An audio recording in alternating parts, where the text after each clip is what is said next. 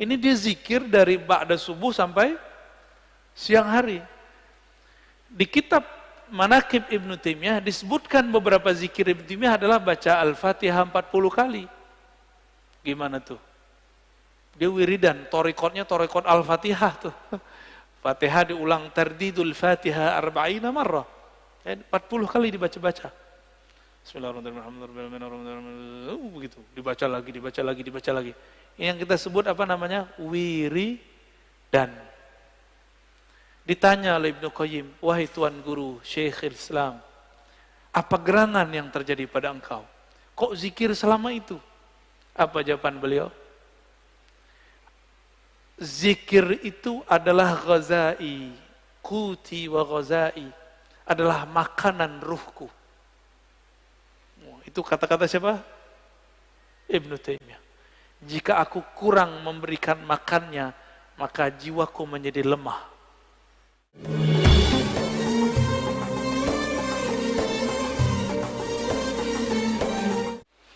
Jemaah subuh yang diberkahi Allah, kita masuk ke bab az-zikr. Bab az-zikr ini lumayan panjang, karena ini menjadi ruknut tariq, rukunnya tariqah, tariqah wusul ilallah, untuk merasakan hadir kepada Allah. Inilah rukunnya. Rukun itu bahasa Arab artinya tiang.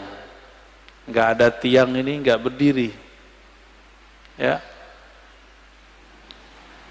Sebenarnya apa arti daripada zikir? Az-zikru ada beberapa makna. Namun di sini beliau memulai daripada faedah zikir. Az-zikru yusmirul maqamat kullaha minal yaqazah ila tauhid. Jadi zikir itu menghantarkan orang dari kesadaran batin, kita sadar nih, kita baca, ila tauhid, kepada tauhid, mengesahkan Allah Subhanahu wa ta'ala. Wa yusmirul ma'arif wal ahwal, bisa membuahkan ma'rifat dan ahwal. Sebelum masuk ke bagian-bagian intinya, mari kita baca Al-Fatihah untuk baginda Nabi Muhammad sallallahu alaihi wasallam, karena beliaulah Sayyiduz Zakirin, pemimpin ahli zikir, dan kita kirimkan, kita bacakan untuk qalbu kita. Dan begitu juga pengarang kitab ini, Syekh Abdul Qadir Isa Asy-Syadzili Al-Qadiri. Al-Fatihah. A'udzubillahi minasyaitonir rajim. Bismillahirrahmanirrahim. Iyyaka na'budu wa iyyaka nasta'in. Shiratal ladzina an'amta 'alaihim ghairil maghdubi 'alaihim waladdallin.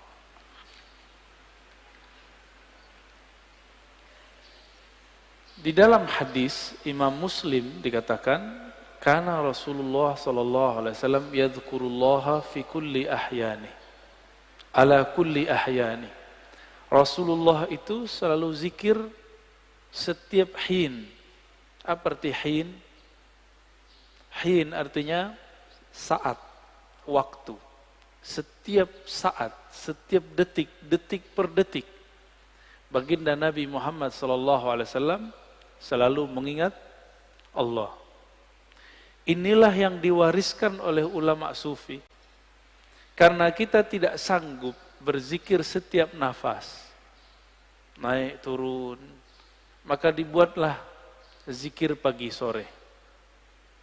Berdasarkan ayat wasabbihuhu bukratan wasila, dan bertasbihlah pagi dan sore. Lalu kemudian dilatihlah qalbu menyebut nama Allah, dimulai dari 100, naik 500, naik 1000, itu latihan. Angka-angka itu cuma latihan, bukan ria. Orang berzikir dengan angka bukan ria, itu cuma latihan. Puncaknya nanti tidak pakai angka lagi. Tapi kapan kita zikir tanpa pakai angka? Kalau sudah menjadi pewaris Rasulullah sallallahu alaihi wasallam. malaikat-malaikat Allah dari awal dicipta sampai sekarang itu mereka cuma mengamalkan 1 atau 2 zikir. Jadi ada malaikat yang zikirnya cuma subhanallah, ada yang subhanadzil izzati wal jabarut, ada yang zikirnya cuma Allahu akbar, ada yang zikirnya cuma la ilaha illallah. Itu malaikat dan gak putus.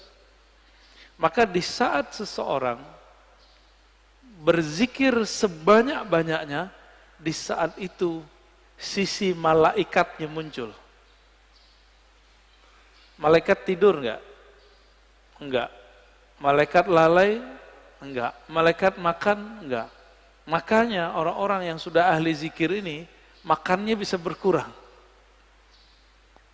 Tidurnya bisa berkurang. Karena dia sudah mirip dengan malaikat. Nah, itu namanya ahwal malakiyah. Ahwal malaikat. Tapi ini nggak boleh lama-lama, bisa mati dia. Tubuh ini tubuh insan, tubuh bashar. Mesti dikembalikan kepada basyariah. Manusia butuh makan. Manusia perlu tidur. Maka Nabi SAW ketika melihat sahabat-sahabat beliau, kedapatan ahwal ini, maka beliau mengatakan, ana atqakum, aku yang lebih bertakwa, tapi aku masih tidur, aku masih nikah, masih bekerja. Ya. Jadi kalau ada orang merasakan ahwal seperti ini, itu nggak boleh lama-lama. Dia harus punya guru, mursyid yang akan membimbing dia untuk masuk ke ranah berikutnya. Ya.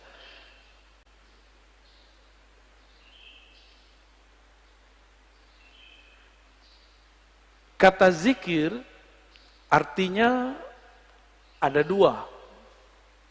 Pertama, zikir berarti benar-benar menyebut Allah, ya. Kadang-kadang diartikan dengan makna yang lebih banyak, ya. Jadi ada makna secara harfiah, ada makna secara majaziyah ataupun di luar itu. Bisa jadi diartikan zikir itu sholat Jumat, Al-Quran, majelis ilmu. Tapi itu penjelasan lain. Zahir dari zikrullah menyebut Allah, ya. Dalilnya di sini disebutkan ada sekitar 15, ini baru sebagian. Lebih dari 200 ayat mengenai zikrullah. Ya. Kalau lebih dari 200, berarti penting enggak zikir? Lebih penting dari umroh, ya. Tapi kenapa di musim normal orang lebih sering ngajak umroh? Kenapa banyak ustadz umroh tapi sedikit ustadz zikir? Benar. Kenapa banyak orang bermimpi bisa umroh tapi sedikit orang bermimpi bisa zikir yang banyak? Karena kalau zikir doang fulusnya tipis. Kata dia. Kalau umroh fulusnya banyak. Siapa bilang, ya? Itu nggak ngerti dia. Dia nggak faham ayat wala dzikrullahi akbar. Sungguh menyebut nama Allah itu lebih besar dari semuanya. Orang kalau zikir apa aja jadi besar. Ya. Cuma masalahnya nggak yakin kepada Allah Subhanahu wa taala. Dalam surah Al-Baqarah ayat 152 Allah mengatakan, fazkuruni azkurkum. Saya sudah pernah syarah di sini. Sebutlah aku, ingatlah aku akan ingat kamu. Duluan mana yang mengingat? Allah atau kita? Allah. Maka ciri-ciri, tanda-tanda Allah lagi sebut kita, kita digerakkan oleh Allah menyebut namanya. Itulah hakikat ayat ini. Lalu surah Ali Imran 191, alladzina yazkurunallaha qiyaman wa qu'udan wa 'ala junubihim. Ulul albab itu disebut orang yang zikir berdiri, duduk ataupun berbaring. Dalam surah Al-Ahzab, ini ayat yang paling dahsyat ini. Ayat ini sering digunakan tidak pada tempatnya untuk membantah orang zikir dengan angka. Ya ayyuhallazina amanu zkurullaha zikran katsira. Wahai orang beriman, sebutlah Allah sebanyak-banyaknya. Ingatlah Allah sebanyak-banyaknya. Apakah ini dalil melarang menyebut dengan angka? Enggak. Zikir 1000 itu banyak bukan? Maka dia masuk ke zikran katsira. 10.000 termasuk banyak? 70.000 banyak? Berarti masuk ke situ. Yang penting niatnya angka itu bukan membatasi, tapi menerjemahkan makna zikran katsira. Baru zikir 100 pagi, 100 sore, udah nyalain orang zikir 1000. Ya. Nggak ngaca dia kepada sahabat Nabi. Sahabat Nabi Abu Hurairah zikir 12.000 sebelum tidur. Ada yang bisa zikir 12.000 sebelum tidur? Keburu tidur ya.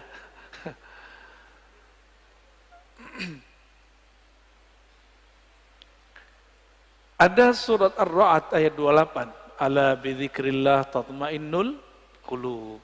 Ketahuilah hanya dengan menyebut Allah, kalbu bisa tenang.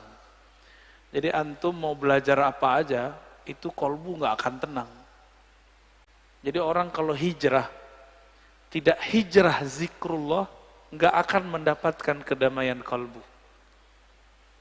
Oleh karena itu, bagi saya, berdasarkan ayat-ayat ini kan banyak ayatnya tadi. Belajar zikir itu bukan sunnat, tapi wajib. Ya, belajar zikir itu sunnat, salah itu. Belajar zikir itu wajib. Kenapa disebut wajib? Allah mengatakan, aqimis salata li dzikri. Dirikan salat untuk mengingatku. Salat wajib enggak? Wajib. Supaya kita dari awal takbir sampai assalamualaikum connect kepada Allah Subhanahu wa taala, maka yang dilatihkan apa? Gerakan yang bagus atau zikir yang mantap? Apa yang dilatihkan? Dirikanlah sholat untuk mengingatku. Berarti yang dilatihkan apa? Mengingat Allah yang dilatihkan. Jangan sibuk masalah ini wajahtu atau enggak pakai ini. Enggak khusyuk antum ntar, malah kusut nanti. Jangan sibuk masalah usoli bid'ah atau tidak bid'ah, enggak khusyuk nanti. Oh ini kan ilmiah. Ilmiah itu bagian akal. Kalau sholat pakai kolbu. Jadi kita nggak ada debat lagi kalau sholat. Antum mulai sholat debat. Wah imamnya jahar nih bismillahnya. Kata mazhab ini ngaji lagi sholat. Ya, pengajian dia lagi sholat. Kuliah aja kali ya. Imamnya kunut. Debat lagi di hatinya. Kunut itu menurut imam ini bid'ah. Ngapain? Sholat itu bukan lagi berdebat. Sholat itu menikmati santapan-santapan zikrullah. Ya. Jangankan itu. Muawiyah ibn al-Hakam al-Aslami, ada orang bersin lagi sholat. Dia lagi sholat. Dia baca yarhamukallah. Gimana Pak? Boleh nggak? Kita lagi sholat, ada orang bersin, terus kita bilang, yarhamukallah, gimana? Gimana sholatnya? Masalahnya sahabat ini kan nggak semua ngerti fikih. Nabi lagi ngajarin, lagi sholat, sahabat bentak dia. Kayak anak kecil dulu. Maka Nabi ini ngajarin sahabat betul-betul satu persatu. Lagi sholat bentak sahabat, gimana tuh? Apa kata beliau? Selesai sholat, Nabi tidak mengata-ngataiku. Bi abi wa ummi, demi Allah, demi ayah ibuku. Beliaulah guru terbaik. Guru paling ideal, gak pernah ngata-ngatain orang. Terus Nabi bersabda, kata beliau, wahai Muawiyah, sholat itu la tasluh, tidaklah cocok kecuali zikrullah dan tasbih. Maksudnya, kamu gak usah tanggapin kalau ada orang bersin. Itu cuma nanggepin orang bersin, apalagi nanggepin orang kunut. Buat dalil lagi dalam hatinya ya. Wah, di mazhab gua nih nggak ada nih. Nggak ngangkat tangan ah. Debat, lagi sholat debat. Berdebat dengan diri sendiri. Ini kan kasihan. Ini tanda sholatnya, belajar sholatnya bukan dengan zikrullah. Belajar sholatnya dengan apa? Dengan nafsu pengen berdebat. Ya. Kalau udah sholat, nggak ada debat, nggak ada pengajian. Ya, ngaji nanti habis sholat atau sebelum sholat. Taib. Ini dalilnya banyak sekali ya. Berdasarkan ayat ini semua, Ibnu Abbas radhiyallahu taala anhuma mengatakan, yang dimaksud dengan ayat-ayat tadi, yazkurunallah fi adbaris salawat wa ghuduwan wa ashiyan wa kullama istayqaza min naumih wa kullama ghada aw raha min manzilih dzakarallaha katsira. Yang dimaksud ayat-ayat tadi, zikir pagi sore, orang yang tidak lalai karena bisnis, yaitu mereka yang zikir ba'da sholat, zikir ghuduwan wa ashiyan, pagi dan sore, zikir saat bangun, zikir saat berangkat, zikir saat pulang. Jadi nggak ada waktunya kecuali zikrullah.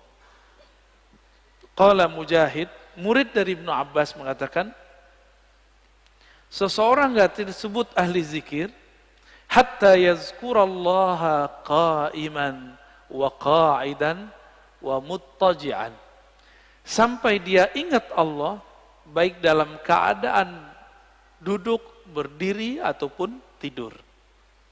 Gimana caranya zikir dalam tidur, Pak? Udah ada yang nyoba belum? Ini aneh nih minum. Gimana cara zikir kalau lagi minum? Bismillah, itu zikir sebelum minum. Bismillah. Itu zikir sebelum minum. Lagi minum, zikirnya apa? Pusing kan? Nah, ini yang mau kita bahas nanti. Kita lagi makan, bisa nyebut nggak? Kan nggak bisa. Apa dong zikirnya? Zikirnya ada dua. Pertama, sebut di kolbu. Yang lebih tinggi, memandang air ini dari Allah. Memandang segarnya dari Allah. Kenyang dari Allah, itu zikir lagi makan. Gimana? Udah zikir lagi makan belum? Belum ya? Masih memandang nasi yang mengenyangkan. Masih memandang air yang menyegarkan. Berarti kita belum berzikir saat makan dan minum. Sederhana, rumah makan sederhana.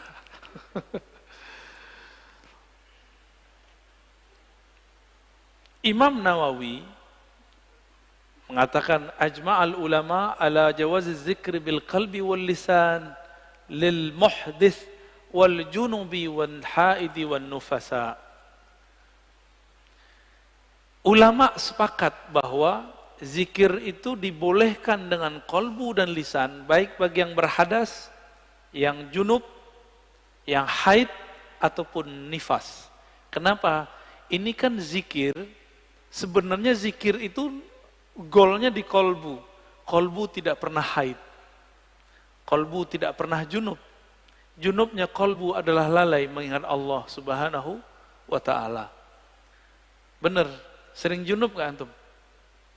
Makanya kita ini sering junub, Pak, mandinya jarang. Ya. Makanya ketika masuk sholat, kita masih membawa junubul ghafalat. Junub lalai kepada Allah Subhanahu wa ta'ala. Orang junub betah nggak masuk masjid? Berani nggak masuk masjid orang junub? Masjid hakiki itu ada di kolbu, lagi sholat. Antum lagi mau sholat, tapi tidak keluar dari junub lalai. Gimana mau menikmati zikrullah? Ya, nggak bisa masuk. Jadi kita nggak bisa masuk ke kolbu kita. Padahal itu diri kita sendiri. Ya. Hadisnya sangat banyak. Ini ada hadis yang paling kenceng ya, paling dahsyat ini. Kata Nabi, "Masalul ladzi yadhkur rabbahu wal ladzi la yadhkur rabbahu kamasalil hayyi wal mayyit." Hadis ini riwayat Imam Bukhari ya, dalam kitab doa. Perumpamaan orang yang zikir dengan tidak zikir itu sama dengan orang hidup dan mati. Gimana? Berarti kita banyakkan hidupnya atau matinya?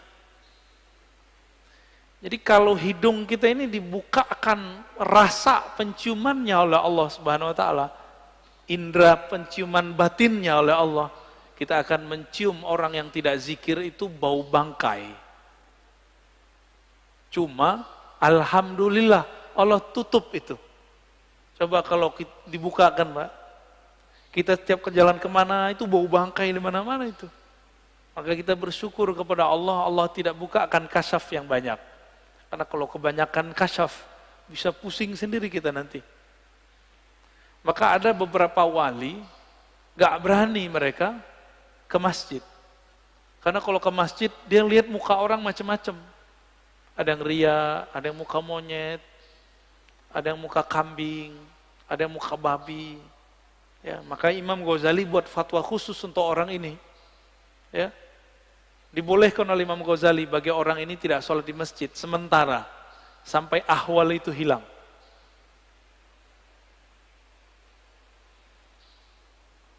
Di hadis yang lain,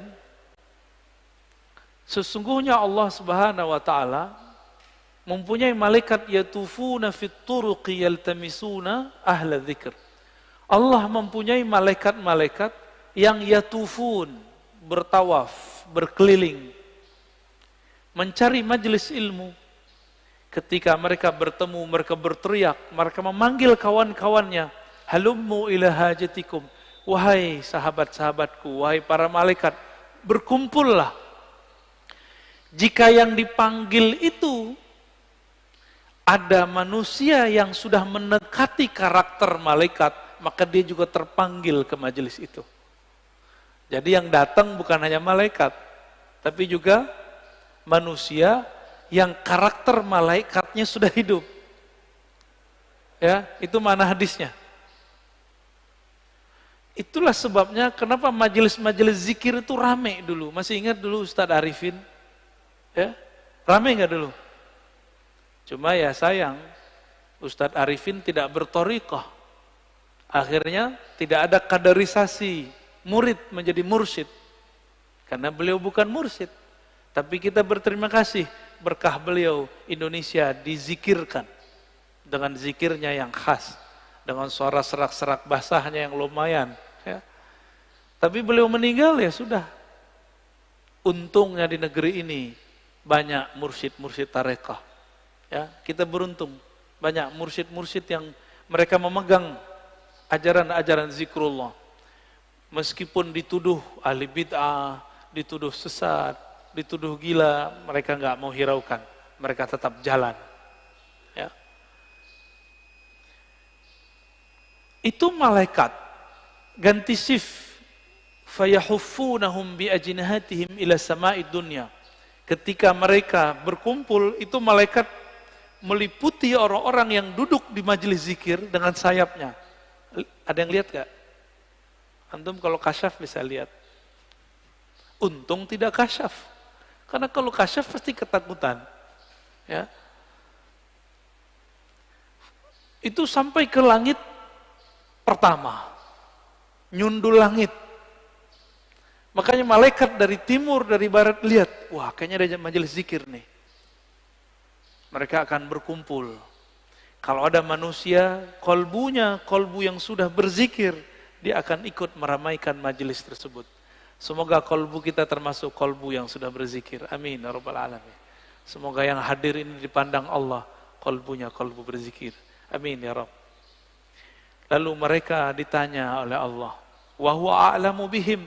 Pada Allah lebih tahu keadaan mereka. Ma yaqulu abdi. Apa yang dibaca oleh hambaku, wahai malaikat? Lalu mereka mengatakan, mereka bertasbih kepadamu ya Allah, bertahmid ya Allah, bertakbir ya Allah, bertahlil. Apa kata Allah? Hal ra'auni? Apakah mereka melihatku? Lalu para malaikat menjawab, tidak ya Rabb. Seandainya mereka melihat aku, bagaimana? Oh, kalau kita udah melihat Allah, antum tuh nggak mau kerja lagi, mungkin nggak mau nikah lagi. Ya udah asik dengan zikrullah. Ini hadisnya panjang ya, maka disebut dengan humul julasa la yashqa bihim jalisuhum.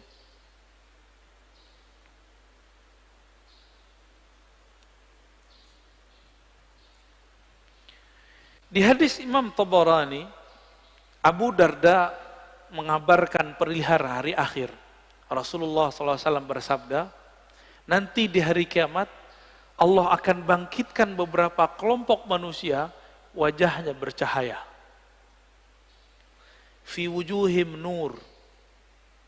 Lalu ditaruh mereka di atas minbar-minbar yang terbuat dari lu'lu'. Yaghbituhumun nas, laisu bi anbiya wala syuhada.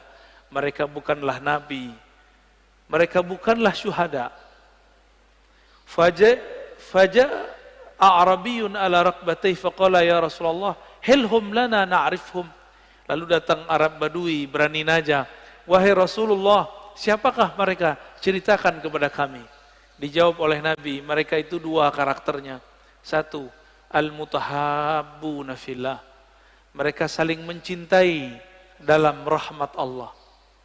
Dan yang kedua, yajtami'una ala dzikrillah, mereka banyak di biladin syatta, di banyak negeri, kemanapun mereka berzikir kepada Allah Subhanahu wa ta'ala. Ini orang-orang begini nih, nanti Nabi aja bingung, wah kok ada makhluk begini ya, bercahaya. Ini hadisnya sangat banyak, kita pendek aja ya.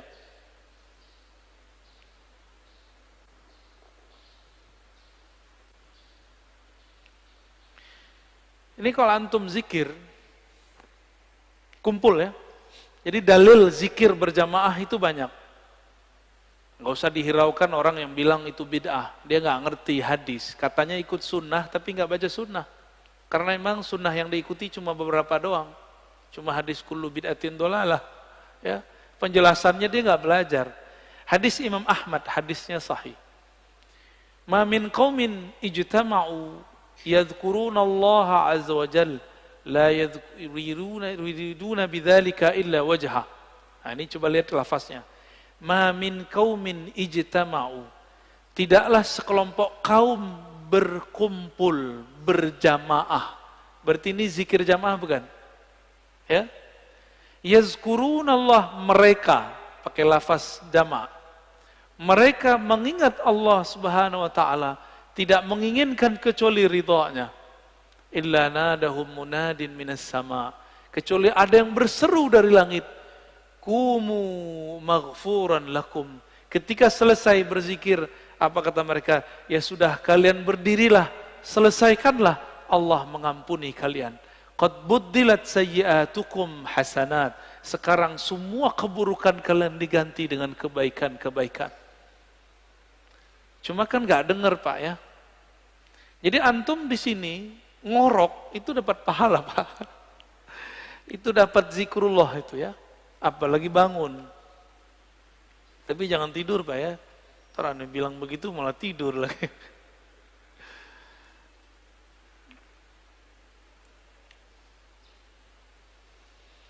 Sayyidina Ibn Abbas menyebutkan keutamaan zikir. Jadi di sini ada kaul-kaul ulama mengenai keutamaan zikir. Kalau sholat ada batasnya atau tidak terbatas? Sholat bisa kapan aja nggak? Bisa kapan aja? Boleh nggak sholat di WC? Boleh nggak sholat habis subuh sampai terbit matahari? Ini jangan ada lagi saya lihat Pak ya, lagi taklim sholat syuruk, itu jahil namanya. Ya, ini kita kasih tahu berulang-ulang. Ngaji satu bab, dengar satu hadis, itu lebih afdol daripada 100 rakaat. Antum dapat hadis, kalau orang zikir ba'da sholat subuh berjamaah di masjid, lalu sampai syuruk, sholat 2 rakaat. Bagi dia pahala haji dan umroh, tamah, kan begitu. Sempurna. Itu kalau nggak ada taklim. Kalau taklim, apa kata Nabi? Lebih afdol daripada 100 rakaat. Bahkan di riwayat Ibnu Majah 1000 rakaat. Antum sholat 2 rakaat, lewat maklumat ini. Mungkin lagi sholat juga dengerin ceramah saya kali. Kalau belajar beribadah itu jangan konyol. Beribadah itu bil ilmi. Ya. Jangan beribadah itu bil jahli. Kalau nanti ada lagi ya sudah ya, kita nggak maksain. Kita nggak maksain juga Pak. Tapi kalau ada silakan. Ya. Tapi saya lihat ada aja di masjid, banyak masjid udah kita kasih tahu masih aja. Ya. Antum dengerin satu hadis itu lebih afdol daripada 100 rakaat. Padahal sholatnya cuma 2 rakaat. Ninggalin faedah 100 rakaat. Pilih mana? Kalau hitung-hitung duit, mana yang lebih untung?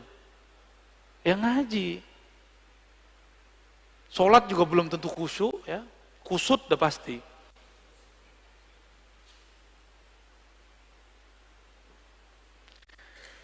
Ibnu Abbas mengatakan, sholat itu ada batasnya. Tapi kalau zikir gak ada batasnya.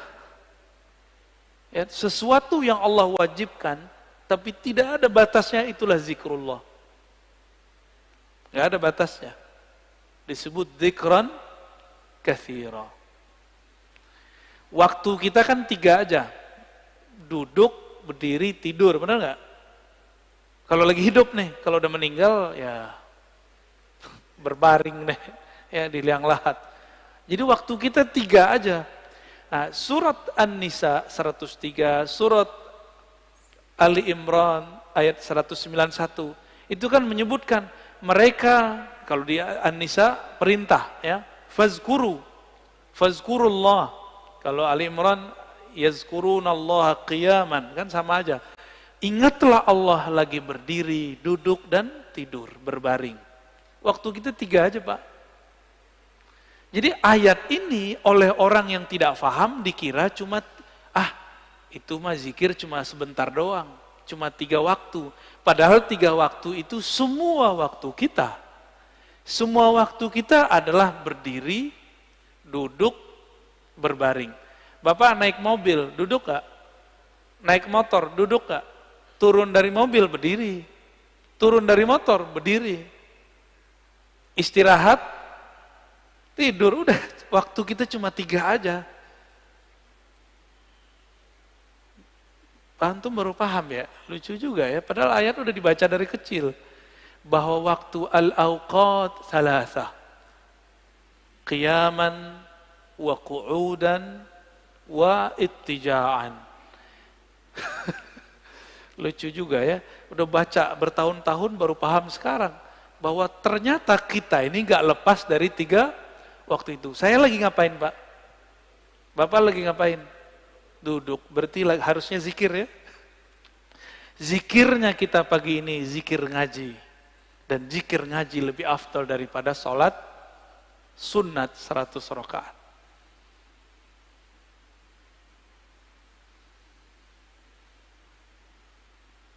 Ibnu Athaillah As-Sakandari mengatakan zikir itu usaha melepaskan kalbu dari ghaflah. Apa arti ghaflah? Lalai. Gimana caranya? Dan tardid ismillah bil qalbi wal lisan. Dengan mengulang-ulang nama Allah dengan kalbu dan lisan. Maka ahli thariqah itu punya metode yang sangat sempurna sekali. Metode berzikir dengan kalbu dan berzikir dengan lisan. Ya. Nanti ada masanya di sini kita zikir. Saya talkinkan semuanya Pak. Tergantung sirnya turun atau belum. Ini belum ada Pak sekarang, belum. Karena kalau di kolbunya belum ada koneksi, itu ngefek. Ya. Bapak sholat aja nih, ada debat 1-2 orang masalah kunut, itu ngefek ke badan saya. Langsung nggak nyaman rasanya. Itu terasa Pak bagi saya. Agak sensitif dikit ya. Jadi ada nih orang ngerasa, kunut, itu langsung nggak nyaman saya. Ya. Apalagi di samping saya itu mengganggu sekali. Maka mending nggak kasyaf. Karena kalau kita kasyaf, kedengaran isi hati orang kan gawat. Ya. Kata Imam Al-Qushairi, az-zikru mansyurul wilayah wa manarul wuslah wa tahqiqul iradah. Zikir itu ciri-ciri kewalian. Orang jadi wali bukan karena zikir, tapi ciri-ciri wali zikir. Bisa bedain? Ciri wali itu zikrullah. Tapi kalau jadi wali bukan karena zikir, apa yang membuat orang jadi wali? Wali itu artinya kekasih. Kekasih itu pasti kenal. Kenal itu membuat dia jatuh cinta. Maka al-wali man ya'rifullah wa yuhibbu. Yang mengenal Allah dan mencintai Allah. Itu yang disebut wali. Tapi bagaimana cara kenal Allah? Allah sifatnya sangat sempurna sehingga tidak bisa kita terka-terka. Maka ada 2 mazhab sahabat. Mazhab Abu Bakar dan mazhab Ali. Abu Bakar mengatakan, engkau bermakrifat, yaitu ketika engkau mengaku engkau tidak punya makrifat. Udah dipikirin-pikirin, gimana cara kenal Allah? Akhirnya kita mengatakan, ya Allah, akalku tidak sanggup untuk memahamimu. Qalbuku hanya sanggup menyebut namamu. Hanya engkaulah yang bisa mengenalkan dirimu. Maka Sayyidina Abu Bakar mengatakan, al-ajzu an darkil idrak. Ngaku tidak tahu, itulah ma'rifat sebenarnya. Menurut siapa? Abu Bakar As-Siddiq. Lain dengan Sayyidina Ali. Sayyidina Ali mengatakan, la ya'rifuka illa anta ya Rabb. Tidak kenal engkau kecuali engkau ya Allah. Maka kenalkanlah dirimu kepada kami ya Allah. Sayyidina Ali begitu mintanya. Ya. Jadi zikir itu mansyurul walayah. Itu pencirian wali. Berarti karena ini ciri-ciri wali, ada yang ngambil ciri-ciri wali, dia bukan wali. Ada yang ngambil zikir tapi dia bukan wali Allah. Ini hati-hati. Hati-hati ya. Dia bukan wali Allah.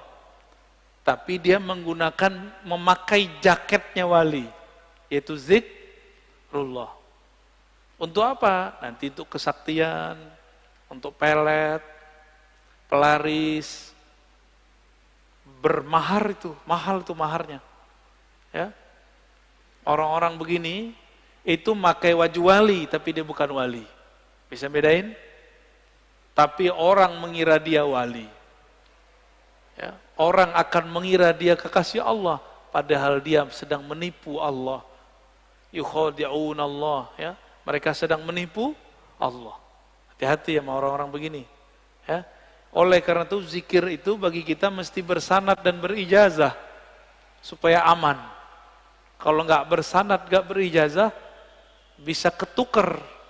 Kita kira dia wali, padahal dia bukan wali.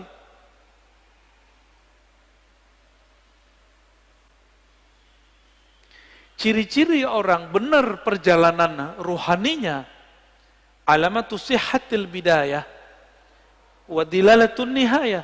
Ciri-ciri orang benar jalan ruhaninya, dia mulai dengan belajar zikir kepada ahlinya. Dan diakhiri dengan zikir pada penutupnya. Cuma beda, orang kalau belajar zikir dari awal, biasanya di awal-awal rajin. Kalau orang sudah sampai, ini contoh, guru silat sama yang baru belajar silat beda nggak? Kalau baru belajar silat siapa aja mau diajak tarung, bener. Kalau guru silat nggak perlu, dia diam aja, Main di nafas aja dia. Ngelihat langkah orang udah tahu dia ini jawara apa enggak, ya enggak?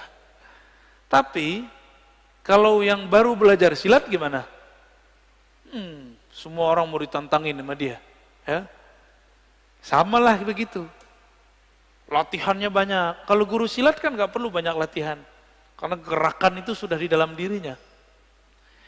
Maka kalau ingin wusul kepada Allah, jangan mengikuti ahwal makomatnya guru, tapi ikuti cara guru supaya bisa menjadi guru. Gimana cara beliau dulu? Beliau pasti dulu rajin berzikir. Ya, ini maksud kalam beliau. Dan beliau mengatakan, Imam Kusyairi, az-zikru ruknun qawiyyun fit tariq. Ini yang saya sebutkan di depan. Zikir itu adalah rukun besar, rukun yang kuat, yang membuat orang bisa bertahan menjalani jalan kepada Allah Subhanahu wa ta'ala. Ini yang unik. Kenal Ibnu Qayyim enggak?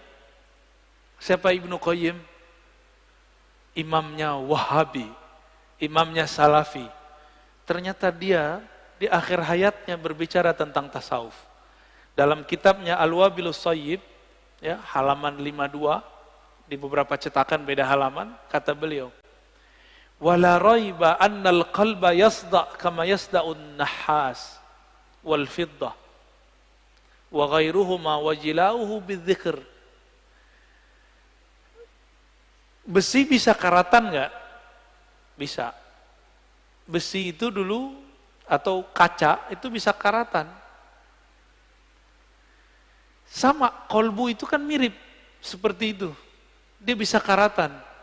Pembersihnya cuma zikrullah. Ini Ibnu Qayyim yang ngomong. Maka Ibnu Qayyim ini menganjurkan zikir dan istighfar, zikir dan istighfar. Dan dia mengajarkan di bagian lain di tempat, di kitab awal Al-Wabilus Shayyib, agar seseorang mempelajari zikir kepada gurunya, kepada ahlinya. Dan dia di situ bercerita tentang Ibnu Taimiyah, imam Salafi. Itu kalau teman-teman Salafi tahu, saya nggak tahu, nggak ngerti apa yang terjadi nanti. Ya, apakah dia akan membid'ahkan imamnya? Saya nggak ngerti ntar. Ibnu Qayyim, begitu juga murid-murid Ibnu Taimiyah meriwayatkan hal yang sama. Ibnu Taimiyah habis sholat subuh, beliau duduk membaca zikirnya, wiridnya sampai tengah hari. Kira-kira gimana Pak? Bid'ah nggak tuh? Ya, kita zikir bentar aja disebut bid'ah. Ya, ini dia zikir dari ba'da subuh sampai siang hari. Di kitab Manaqib Ibnu Taimiyah disebutkan beberapa zikir Ibnu Taimiyah adalah baca Al-Fatihah 40 kali. Gimana tuh? Dia wiridan, torikotnya torikot Al-Fatihah tuh. Fatihah diulang tardidul Fatihah 40 marrah. 40 kali dibaca-baca. Bismillahirrahmanirrahim. Begitu, dibaca lagi. Ini yang kita sebut apa namanya? Wiridan. Ditanya oleh Ibnu Qayyim, wahai Tuan Guru, Syekhul Islam, apa gerangan yang terjadi pada engkau? Kok zikir selama itu? Apa jawaban beliau?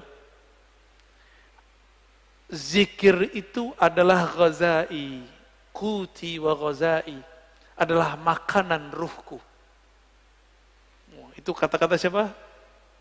Ibnu Taimiyah. Jika aku kurang memberikan makannya, maka jiwaku menjadi lemah. Begitu Ibnu Taimiyah di akhir hayatnya.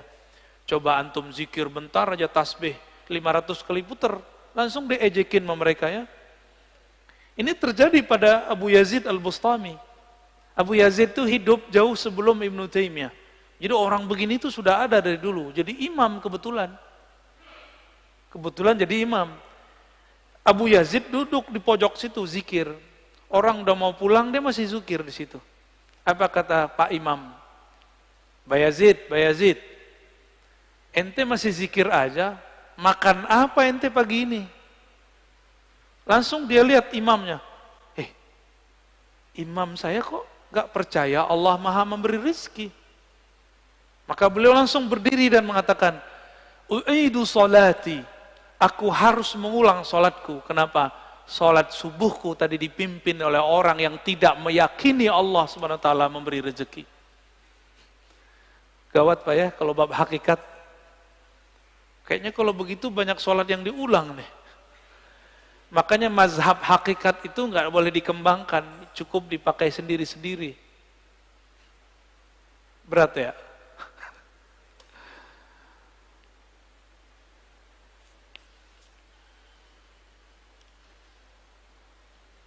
Jadi mau murid, mau guru, mau mursyid, mau salik, dia harus punya zikir. Cuma kalau murid, zikirnya kayaknya ngoyo, tahu ngoyo ya? Kayaknya berusaha gitu ya. Dan harus begitu. Ngos-ngosan seperti kita baru latihan lari, kita ngos-ngosan. Tapi kalau orang sudah biasa lari gimana? Biasa aja, dia santai aja. Makanya mursyid itu zikirnya santai karena sudah di nafasnya. Kalau kita zikirnya baru di lidah. Makanya agak belepotan. Ya. Zikirnya masuk ngitung. Ya. Kalau mereka zikirnya bukan lagi menghitung, tapi mereka dihitung oleh Allah Subhanahu wa ta'ala. Kalau tadi waktu 3, berdiri, duduk, kalau sudah masuk ke makom zakirin, waktu itu disebut hin. Apa arti hin? Saat, detik per detik. Maka bagi ahli zikir, satu nafas naik, satu nafas turun, itulah disebut hin. Itu yang disebut sa'ah, waktu. Allah menyebut dirinya sang waktu, ad-dahr. Maka jika kita ingat Allah dalam nafas, kita sedang terhubung kepada sang waktu. Itulah zikir paling cepat menuju Allah Subhanahu wa ta'ala. Zikir dengan nafas. Ya. Udah jam 6, Tat. Udah dulu deh. Pekan depan, bukan pekan depan, bulan depan insya Allah kalau umur panjang. Kita lanjut zikir sir, zikir jahar. Ya. Zikir ngitung, nggak ngitung. Zikir pakai tasbih, nggak pakai tasbih. Bid'ah atau tidak bid'ah, nanti kita bahas ya. Insya Allah bulan depan, insya Allah. Amin ya rabbal alamin. Terima kasih Buya atas materinya. Lanjut ke sesi tanya jawab. Bagi para jamaah yang hadir di masjid dulu yang ingin bertanya.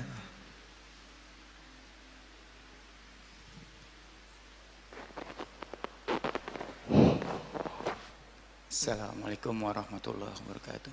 Assalamualaikum. Saya dari Ciledug, Pak. Ciledug, Pak Ustadz.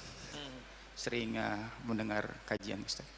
Alhamdulillah bisa hadir tatap langsung.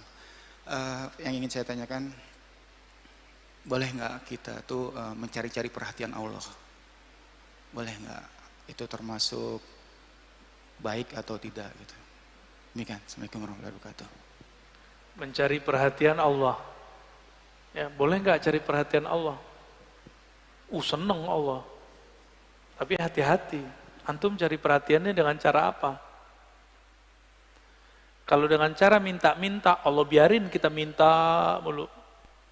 Kata Allah, aku senang mendengarnya meminta. Enggak dikasih-kasih. Kasihnya ntar. Cara mencari-cari perhatian Allah terbaik, tercepat, paling mujarab adalah mengenalnya lalu mengingatnya. Cuma itu. Allah itu paling senang dikenal. Jadi paling senang narsis. Allah itu maha narsis.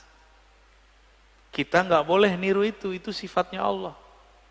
Hanya Allah yang boleh merasa pengen terkenal. Kita nggak boleh, Pak. Ya, nggak enak terkenal itu, cukup Allah aja yang terkenal. Jadi gimana caranya? Kenali dia, sebut-sebut namanya. Itulah cara mencari perhatian Allah yang paling indah. Nanti Allah nggak akan kerjain kita. Kalau orang doa, malaikat naik ke atas, Allah nanya, pura-pura nanya, Allah ini kan suka canda, Allah itu santai. Antum aja yang tegang kan? Malaikat, itu hambaku kamu tinggalkan lagi ngapain? Ya Rabb, dia sudah meminta-minta kepada engkau, tapi kenapa engkau belum kunjung menjawabnya? Apa kata Allah? Aku senang mendengar dia cari-cari perhatian dengan cara doa. Nangis-nangis, biarin aja dulu. Jadi antum doa, pasti dilama-lamain sama Allah. Terus gimana supaya nggak dilama-lamain sama Allah? Fazkuruni azkurukum, langsung sebut aku, ingat aku langsung jawab ingatanmu. Aku sambut ingatanmu.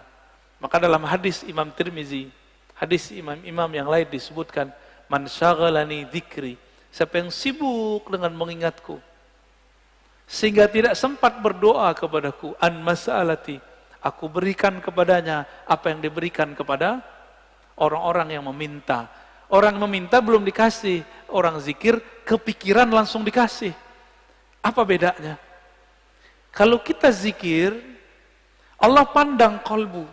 Kalau antum meminta, Allah lihat, di kolbunya baru ada emas, di kolbunya ada fulus, di kolbunya baru ada pengen terkenal, di kolbunya baru kapan dia kemudian berdoa merindukan aku. Itu yang ditunggu-tunggu sama Allah. Tapi kalau orang zikir, subhanallah, tanpa niat apa-apa kecuali ingin mengingat Allah, terbersit selain Allah, Allah tidak ridha, Allah cemburu, maka Allah cepat-cepat kirim itu supaya orang ini tidak berhenti berzikir. Ini tipsnya para aulia, ya. Kenapa wali-wali itu kalau yang pengen kaya, kaya. Ada wali nggak pengen kaya, maka nggak dikasih Allah kaya. Ada wali nggak mau terkenal, udah meninggal, nisannya digedein orang, dibuat gede-gede kubah. Tiba-tiba terjadi hujan, kubahnya yang baru dibuat kena angin, diterpa badai, langsung runtuh. Mimpilah orang yang bangun, saya pengen dibenam di bumi tidak terkenal, kamu malah ingin mengenalkanku. Ada juga wali begitu Pak, udah meninggal masih bisa negur orang. Ya, karena wali gak pernah mati. Wali itu di sisi Allah Subhanahu wa ta'ala. Itu cara-cara perhatian yang benar, ya. Jangan cari perhatian pakai maksiat. Ntar mati lagi maksiat. Kan ada yang mau cari perhatian Allah lewat maksiat. Mati lagi maksiat gimana? Gitu ya. Wallahu a'lam bishawab.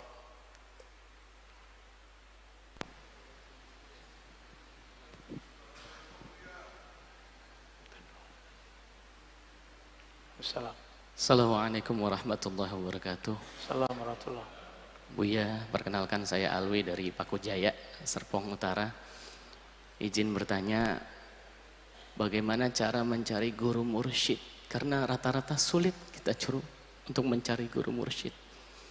Terus bagaimana agar hati ini senantiasa terkoneksi dengan Allah Subhanahu wa taala? Tips-tips sederhana yang bisa kita lakukan. Ya. Terima kasih, jazakumullah khairan katsiran. Assalamualaikum warahmatullahi wabarakatuh. Assalamualaikum warahmatullahi wabarakatuh. Mursyid yang berarti pembimbing rohani, maka dicari harus dengan rohani, bukan dicari dengan baju. Oh, bajunya dia pakai gamis, pakai serban, kayaknya ini mursyidku. Bukan, itu antum nyari baju namanya. Nyari mursyid, namanya mursyid rohani, maka carinya dengan rohani. Karena rohani kita belum terlatih, latihlah dengan cara rohani. Allah Subhanahu wa taala menitipkan kalamnya lewat Nabi, kata Nabi, min sa'adatil mar'i ayyastakhira ilallah. Ciri-ciri orang dapat sa'adah, kesuksesan batin, dia istikharah. Istikharah. Jangan sekali, berkali-kali. Kalau udah istikharah, enggak mesti mimpi, bisa jadi wajah dia kayak kebayang terus, pikiran kita seperti ke beliau terus, berarti beliau mursyid kita. Dan tolong ingat, kalau sudah begitu, pasangkan adab kepada beliau. Adab kepada guru, jangan meminta kita supaya diingat oleh guru. Tapi berdoalah supaya guru itu terpatri wajahnya di hati kita. Jangan meminta waktu guru, tapi mintalah hati ini supaya mengenang ajaran-ajaran guru. Rasulullah itu sibuk, bukan main. Beliau masih sempat, tapi beliau udah gak sempat semuanya dipegang. Apalagi sekarang umat sudah banyak. Kita tidak sehebat Rasul Sallallahu Alaihi Wasallam.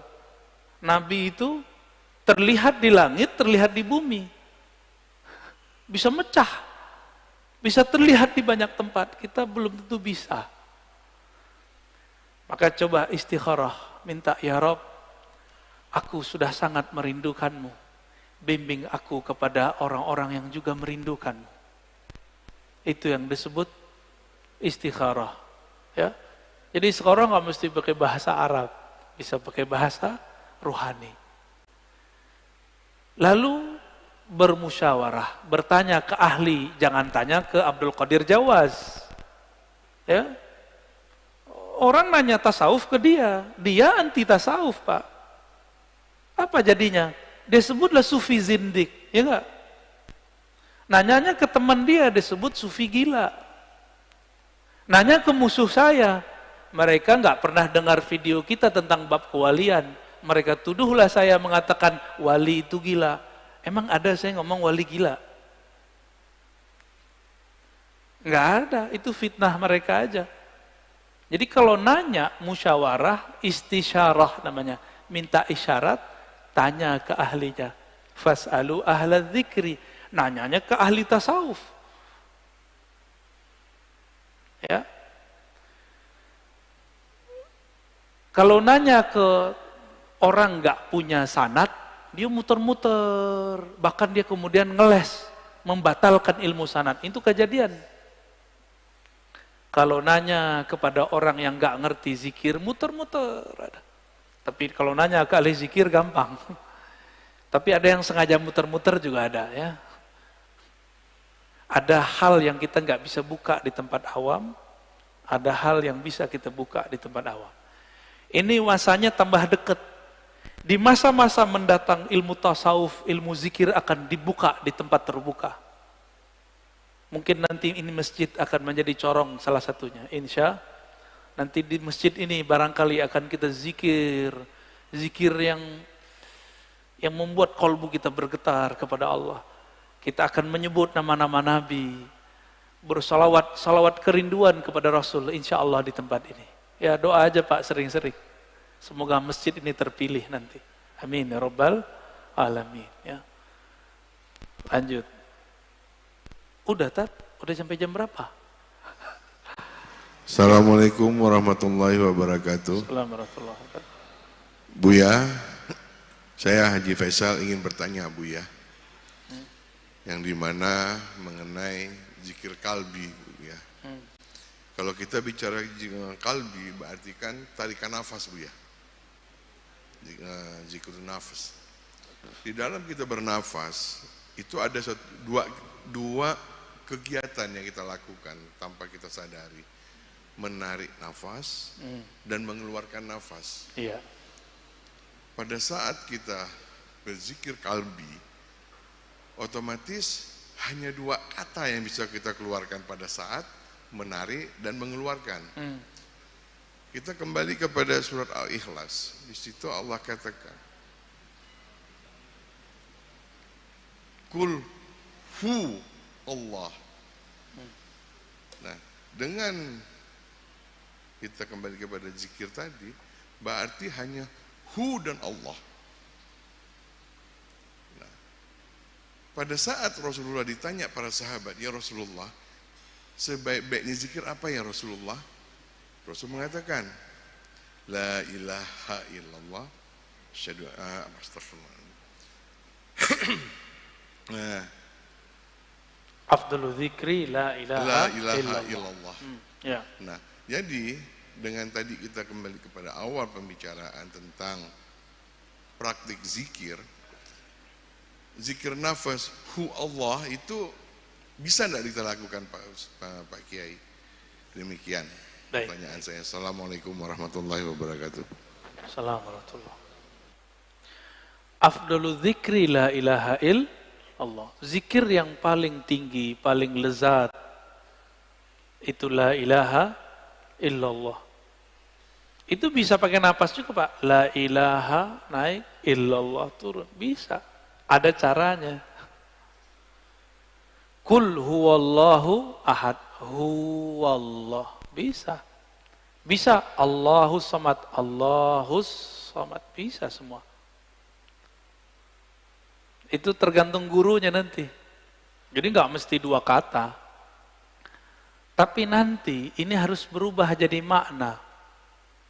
Bukan lagi sekedar ucapan. Karena kalau diucapkan kadang kolbu ini masih sibuk dengan yang lain. Jadi, bisakah dengan zikir huwallah? Bisa. Huwallah itu kan banyak di Quran. Huwallahu lazi la ilaha illa hu. Bahkan hu itu sendiri salah satu nama Allah. Makanya dimulai ayat huwallah. Dialah Allah. Berarti huwa itu nama. La ilaha illa hu. Benar. Di Quran lebih banyak la ilaha illahu daripada la ilaha illallah. Berarti hu itu nama. Dulu guru saya Maulana Syekh Muhammad Nuruddin Al-Khalidi itu mengajarkan kami zikir. Apa kata beliau? Zikir tertinggi la ilaha illallah. Namun habis lafaz la ilaha illallah tersisalah Allah. Habis lafaz Allah tersisalah hu. Hu itu bunyi nafas. Itu hu, dia. Bagi ahli zikir diterjemahinnya gitu Pak. Cuma kalau bagi antum mungkin enggak, ini mah bunyi angin keluar, tat. Ya itulah bedanya. Orang ahli zikir, dengar apa aja ingatnya Allah.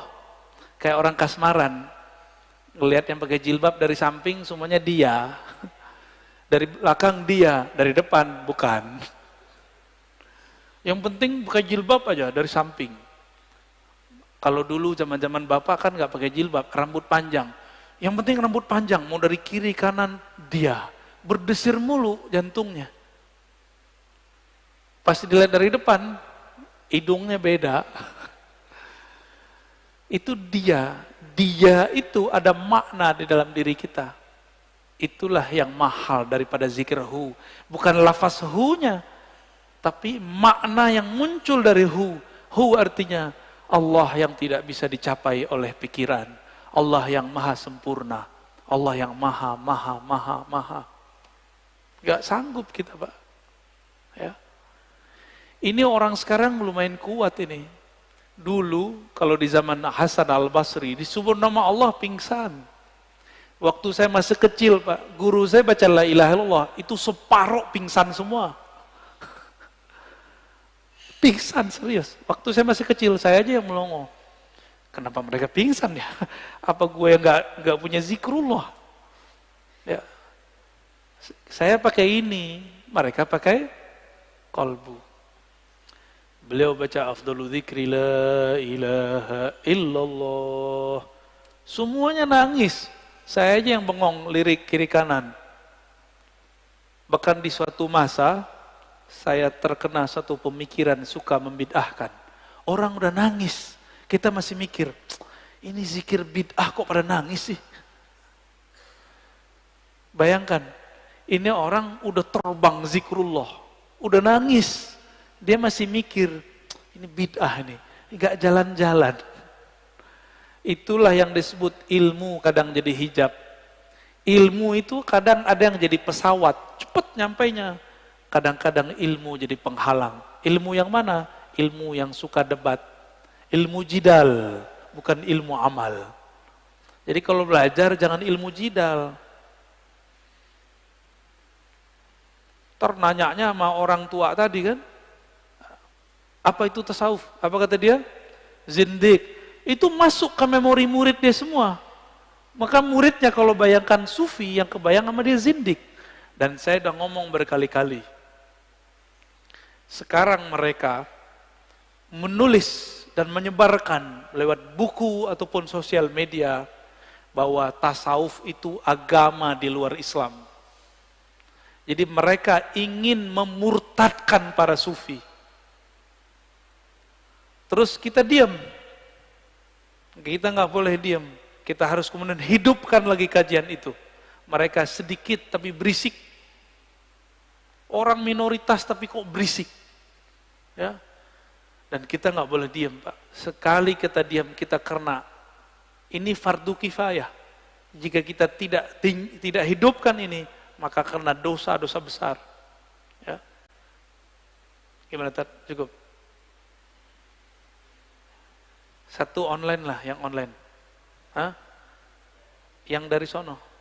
Ada nggak? Ada. Buya mau bertanya, bolehkah kita sholat sunat ketika selesai sholat berjamaah, ketika sementara itu jamaah yang lainnya berzikir dan berdoa untuk kita bersama? Itu Buya. Yang penting antum sholat sunatnya setelah assalamualaikum. Beresin dulu assalamualaikumnya. Mau lari ke, mau guling-guling, mau loncat-loncat boleh. Tapi kalau belum selesai assalamualaikumnya, jangan dulu.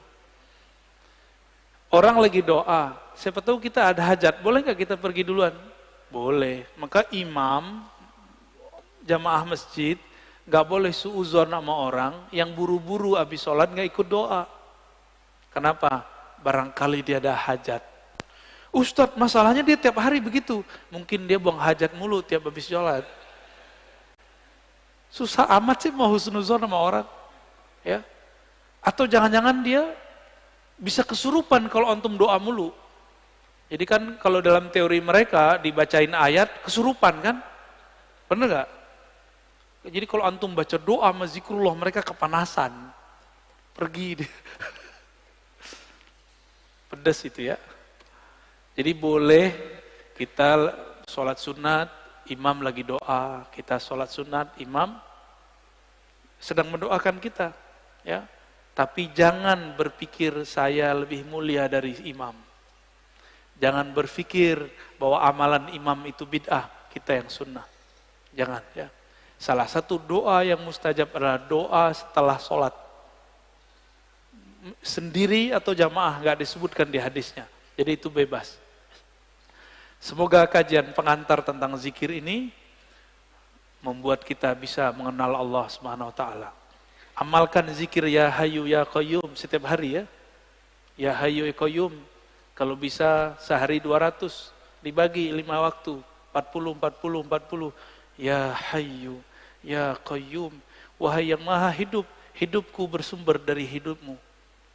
Wahai yang Maha Qayyum, aku ini ada karena engkau yang mengadakan. Allah yang urus semua kita ini. Kalau itu sudah bergetar di kolbu, zikirnya sudah terasa ringan, bahkan kita ingin nambah dari angka 200 menjadi 500 jadi 1000, itu orang udah siap ditalkin. Nanti saya talkin di sini secara terbuka. Ya. Mau ngamalkan? Oke. Silakan diamalkan zikir ya Hayyu. Ya, untuk kelancaran beramal, mari kita baca surah Al-Fatihah. A'udzubillah minasy